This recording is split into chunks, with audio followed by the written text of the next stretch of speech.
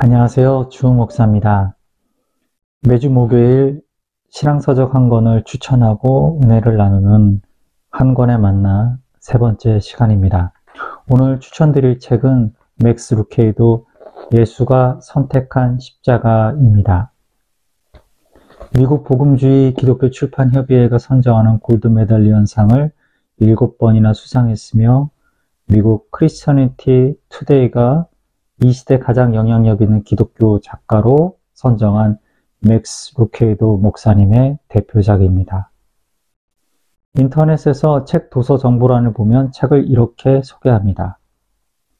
예수님이 십자가에서 돌아가신 이유가 대체 무엇일까? 라는 질문에서 시작하는 이 책은 스토리텔링 기법을 통해 예수님이 십자가에 못 박히시던 그날로 우리를 데려다 놓는다. 그날 그곳에 있던 가시면류관, 못, 죄패, 갈보리길, 수의 등 예수님이 우리를 위해 남기신 선물을 하나씩 조명하며 예수님이 가신 십자가 길에 담긴 의미를 또렷이 되새기게 한다. 이 모든 일이 다름 아닌 보잘것없는 나를 위해 하신 일임을 깨닫게 될 때 나와 상관없다 여겼던 그날의 이야기가 나를 위한 사랑의 이야기로 다가온다.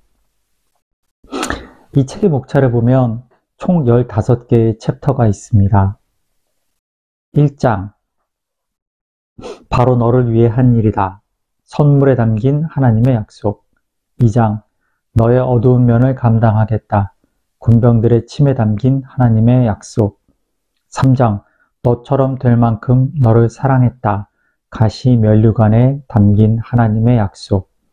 4장, 너의 잘못을 용서한다. 못에 담긴 하나님의 약속. 5장, 너의 언어로 말하겠다. 죄패에 담긴 하나님의 약속. 6장, 너에게 선택권을 주겠다.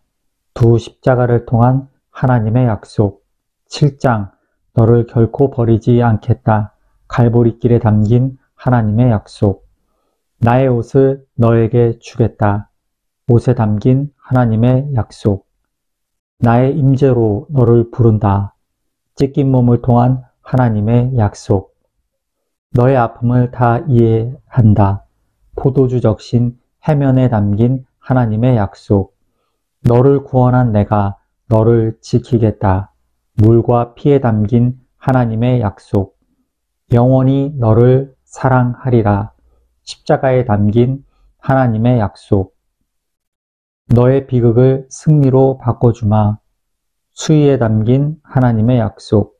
나는 승리했노라. 빈 무덤에 담긴 하나님의 약속. 십자가에 무엇을 내려놓겠는가? 모든 순간을 책임지신다는 하나님의 약속. 목차만 읽어보더라도 이 책에 담긴 내용이 무엇을 말하고 싶은 것인지 알 수 있습니다. 이 책의 특징은 또 각 챕터가 끝나는 장마다 스터디 가이드가 있다는 것인데요.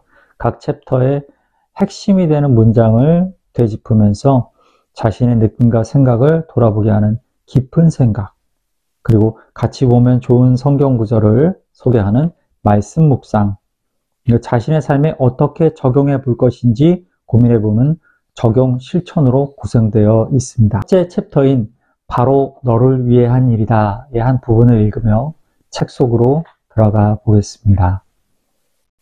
하나님의 모든 선물이 그분의 사랑을 나타낸다. 그러나 그분의 사랑을 십자가 선물보다 더 잘 보여주는 것은 없다. 십자가의 선물은 포장지 대신 순환에 쌓여 찾아왔다. 나무 밑이 아니라 십자가 밑에 놓여졌다. 십자가라는 선물 자체에 대해서는 다들 많이 얘기했다. 하지만 다른 선물들에 대해서 생각해 본 적이 있는가? 못은 어떤가? 가시면류관은 어떤가? 군병들이 취한 옷은 어떤가? 장례를 위해 드려진 수의는 또 어떤가? 당신은 시간을 내어 이런 선물들을 열어본 적이 있는가? 십자가 언덕에는 하나님의 선물들이 가득하지 않겠는가? 처음인 것처럼, 아니, 어쩌면 정말 처음으로 그 은혜의 선물들을 풀어보자. 작가는 십자가를 선물이라고 부르는데 하나님이 주신 수많은 선물 가운데서도 그분의 사랑을 십자가만큼 드러내는 것은 없다라고 말합니다. 책 속에는 십자가에 대한 많은 묵상과 의미에 대한 내용이 많이 있습니다. 12번째 챕터 영원히 너를 사랑하리라 에서는 그 십자가를 이렇게도 설명합니다. 십자가만큼 단순한 모양이 있을까? 가로막대기 하나에 세로막대기 하나. 하나는 양옆으로 뻗는다. 하나님의 사랑처럼. 하나는 위로 향한다. 하나님의 거룩함처럼. 하나는 그분의 사랑의 넓이를 가리키고 다른 하나는 그분의 거룩한 높이를 보여준다. 십자가는 그 둘이 만나는 곳이다. 십자가는 하나님이 자신의 기준을 낮추지 않으면서 자녀들을 용서하시는 곳이다. 지금 우리는 사순절 기간을 보내고 있고 이제 다음 주에 고난주간을 또 앞두고 있습니다. 주님이 걸으신 십자가의 길에 대해 7번째 챕터 결코 너를 버리지 않겠다 해서 작가는 그 여정을 이렇게 표현합니다. 세계에서 가장 악명 높은 길은 비아 돌로로사, 즉 슬픔의 길이다. 전통에 따르면 예수께서 빌라도의 뜰에서 갈보리로 가신 길이 바로 그 길이었다고 한다. 그 길에는 그리스도인들이 흔히 헌신의 목적으로 활용하는 14개의 지점이 표시되어 있다. 이 길은 정확한 것일까? 그렇지 않을 것이다.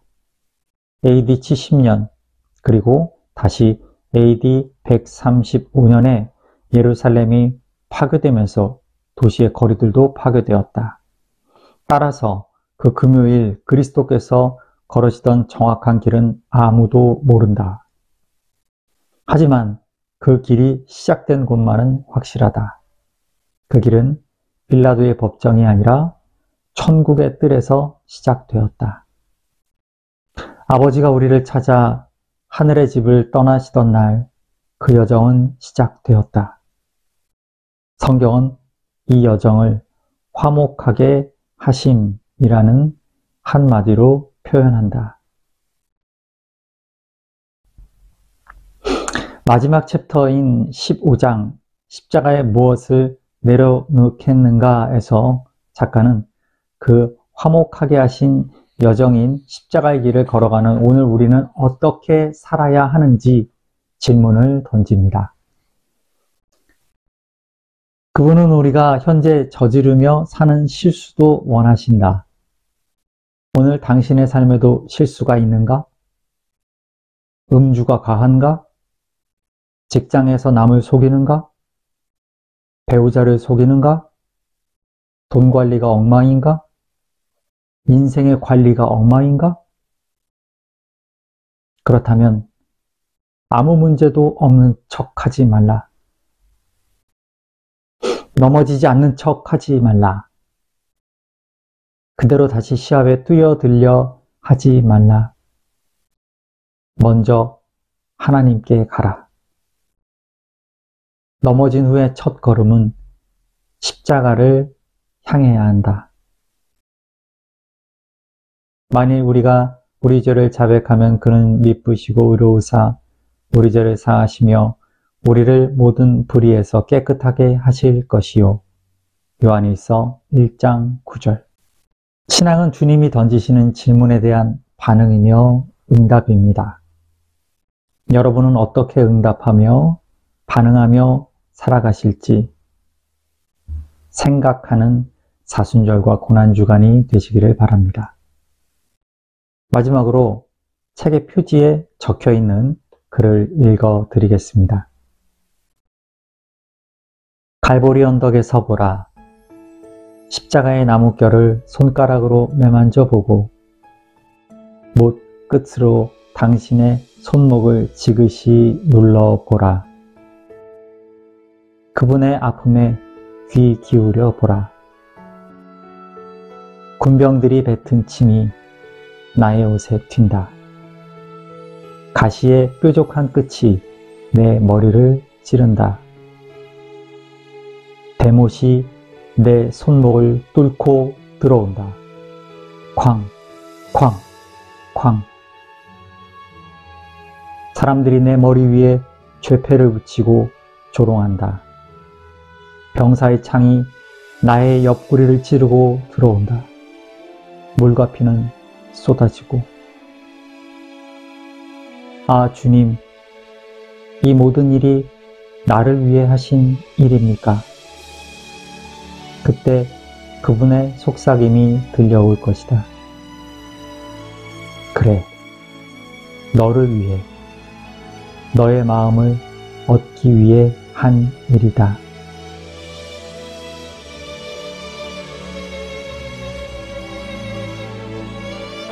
좋은 저녁 되시고요. 종료주일 교회에서 뵙겠습니다. 감사합니다.